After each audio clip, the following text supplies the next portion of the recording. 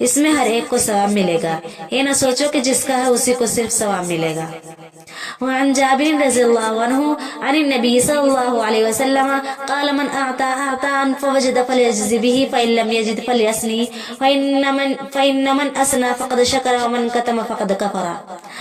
حضرت جابر رضی اللہ تعالیٰ عنہ سے مروی ہے کہ آپ صلی اللہ علیہ وسلم نے فرمایا، جسے کچھ دیا گیا اسے گنجائش ہو تو وہ بھی اسے دے، اگر نہ پائے تو اس کی تعریف ہی کرے۔ جس نے تعریف کی گویا کہ اس نے شکر ادا کر دیا، اور جس نے چھپایا تعریف تک نہ کی اس نے گویا ناشکری کی۔ اگر کوئی شخص کسی کو کچھ دے، خواہ اولاد ہو یا بھائی بہن رشتہ دار ہو، تو چاہیے کہ دینے والے کو بھی نہ یہ کچھ نہ کچھ پیش کرے، اگر نہ پیش کر سکے تو اس کی تعریف کرے، اسے اچھے کلمات سے یاد کرے۔ مثلا انہوں نے ہماری بڑی خیرخواہی کی، انہوں نے کرم فرمائی کی، انہوں نے ہمیں دیا وغیرہ۔ عموماً عورتیں دینے والے کی تعریف یا اسے اچھے کلمات سے یاد نہیں کرتی، چھپاتی ہیں، بلکہ الٹے کہتی ہے کہ کیا دیا، ہم کو کسی نے کچھ نہیں دیا۔ یہ ناشکری کی بات ہے، خدا رسول کو پسند نہیں۔ جو بھی دے اس کا احسان ماننا چاہیے اور اس کا زبان سے بھی شکریہ ادا کرنا چاہیے۔ حضرت اسامہ سے روایت ہے کہ آپ صلی اللہ علیہ وسلم نے فرمایا، جس نے کسی کو کچھ دیا اور اس نے جزاک اللہ خیرن کہہ دیا تو گویا کہ اس نے اس کی خوب تعریف کر دی۔ ایک روایت میں ہے کہ جس نے احسان کا ذکر کیا اس نے شکر کیا۔ ایک روایت میں ہے کہ جو بندے کا شکر گزار نہیں ہوتا وہ خدا کا شکر گزار بھی نہیں ہوتا۔ اکثر و بیشتر عورتوں کے ماحول میں دیکھا گیا ہے کہ اگر کسی سے کوئی بھلائی پہنچے، کوئی چیز ملے تو لے کر رکھ لیتی ہیں، اس کی تعریف اور اس کی ذکر خیرخواہی نہیں کرتی۔ اولاً اللہ پاک کا شکر ادا کرنا چاہیے اور بھلائی کرنے والے کو جزاک اللہ، خدا تم کو جزائے خیر دے کہنا چاہیے کہ اس کے حق میں دعائے خیر ہے۔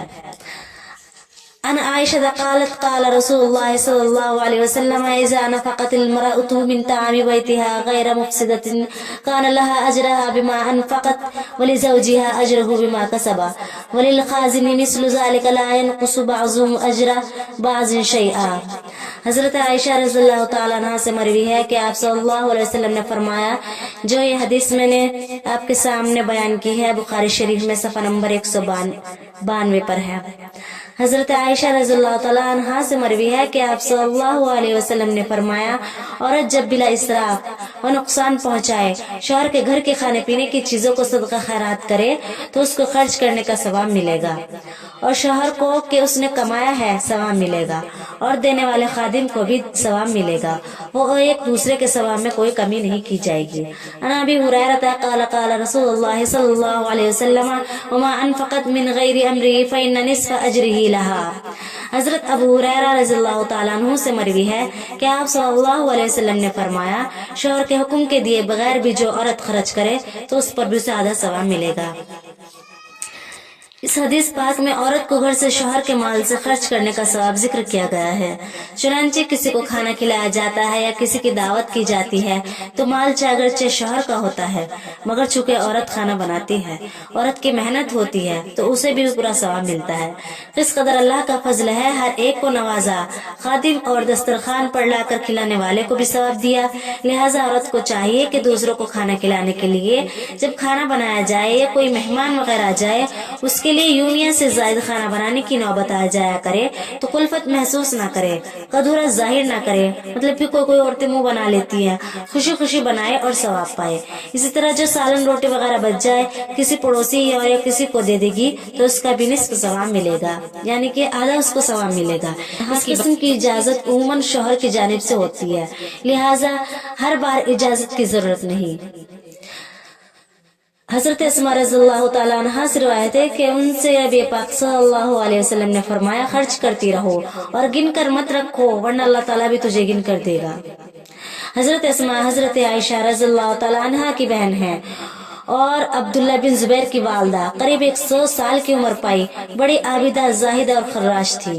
ان کو رسول کریم صلی اللہ علیہ وسلم نے صدقہ خیرات کی ترغیب دیتے ہوئے فرمایا، خوب خرچ کرتی رہا کرو، گن گن کر مال جمع کرنے کے پھیر میں مت رہنا، بسا اوقات جمع کیا ہوا مال اپنی ذات پر تو خرچ نہیں ہو پاتا اور دوسروں کے پلے پڑ جاتا ہے اور اسے بے دریغ اسراف سے خرچ کرتا ہے اور اسے ثواب پہنچانے کی صورت نہیں اختیار نہیں کرتا، نتیجہ نتیجہ یہ نکلتا ہے کہ برزخ میں افسوس اور حسرت کرتا رہتا ہے، کاش میں اللہ کے راستے میں خرچ کرتا تو آج اس کا بدلہ پاتا۔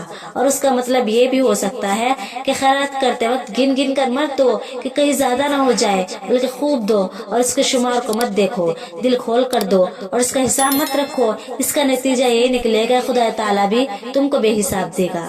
اگر بخل اور کمی کے ساتھ دو گی تو خدا تعالیٰ بھی کمی کے ساتھ دے گا۔ دیکھ لو تمہارا کس میں فائدہ ہے۔ یا ایھا الذین آمنوا لا تبطلوا صدقاتکم بالمن والاذی، اے ایمان والو اپنے صدقہ خیرات کا ثواب احسان جتلا کر یا اسے تکلیف دہ بات کہہ کر ضائع اور برباد نہ کرو۔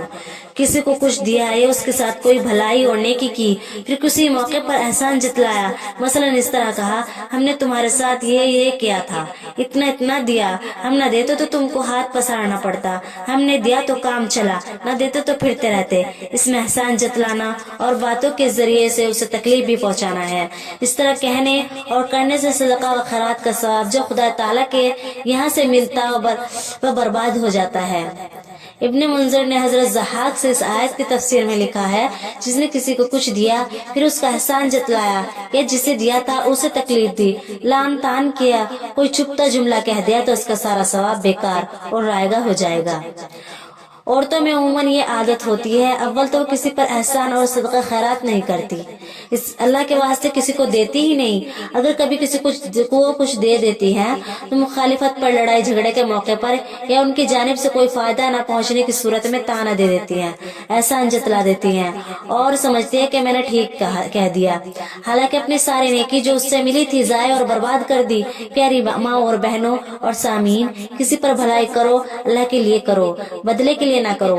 احسان کر کے بھول جاؤ، کبھی احسان مت جتلاؤ، بدلے کی امید ہرگز مت رکھو کہ نہ ملنے پر احسان جتلانے کی نوبت آ جائے۔ آج دنیا میں احسان مت جتلاؤ تاکہ کل قیامت میں ثواب پاؤ۔